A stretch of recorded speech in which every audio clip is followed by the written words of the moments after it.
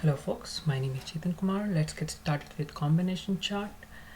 Let me show you an option, as we have a dual combination chart over here, but the requirement, as you can see, we need one dimension and two measure values.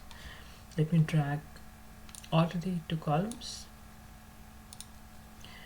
convert it to check based on the quarter, and make it discrete. Now let's drag sales to rows and profit to rows.